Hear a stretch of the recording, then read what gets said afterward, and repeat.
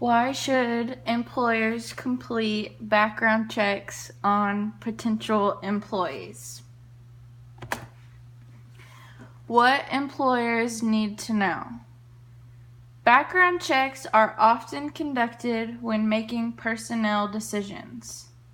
Some of these said decisions are not limited but include hiring, promotion, and reassignment. Some examples of what an employer might want to know would be work history, education, and criminal record. The use of social media is a great example of what an employer would specifically want to look at also. You have to really be careful about what you put on the internet. Employers do check that sort of thing, especially in younger applicants. However, there are certain restrictions on what they are allowed to ask. They are absolutely not allowed to discriminate. Conducting background checks.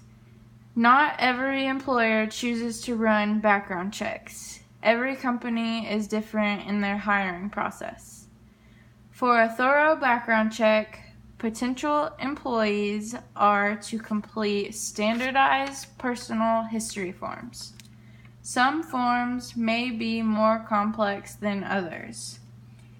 I've seen some forms only ask a few personal questions, and others have quite a list of information they are asking.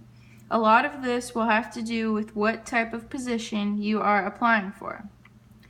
Each question asked on these forms should be broken down in order to get detailed answers. Reasons for conducting background checks. There are many reasons for running background checks on applicants. The reason I believe most important is to create a safe workplace for other employees and even customers. A basic background check will cost less than $30. This is a cheap way to help ensure the safety of others. Drug screening can also be an important step to take in this process to reduce workers' compensation.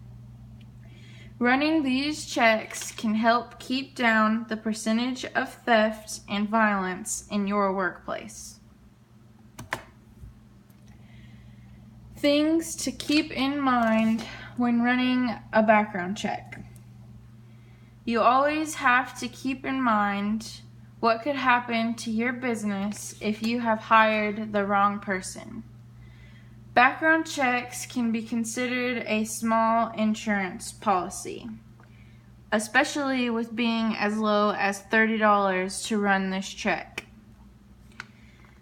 Be consistent in this process. You wouldn't want to give some applicants different treatment and others find out and then become angry. Being consistent will avoid your company becoming the target of an employment discrimination lawsuit. This sad lawsuit could cost you or your company a lot of money and even your reputation. Being treated equally. Discrimination is highly illegal when checking the background of applicants and employees. This is not limited to, but does include when the decision is based on a person's race, color, origin, sex, religion, and disability. Medical history is another circumstance. You shouldn't try to get an applicant's genetic information, but if for some reason you do have it, it should not be used to make an employment decision. Ethics and compliance. In some cases, there are companies that are required to conduct background checks for certain roles within an organization in order to comply with their guidelines. During the hiring process, employers tend to seek individuals who will fit within the culture in the company. They want someone who can uphold the reputation that they have worked hard to build. Background checks are also a tool in some companies to ensure that they are acting in an ethical manner. Background check policies are often reviewed and updated. Laws and regulations are constantly updated because of the change in business environments. This can be due to things like corporate scandals and developing new rules. Screening current employees is also important to make sure that they continue to meet the necessary qualifications. A lot can change from when the time an applicant was hired. If they have done something after being hired, the company should want to know about it for safety reasons. They should hold annual screenings for current employees.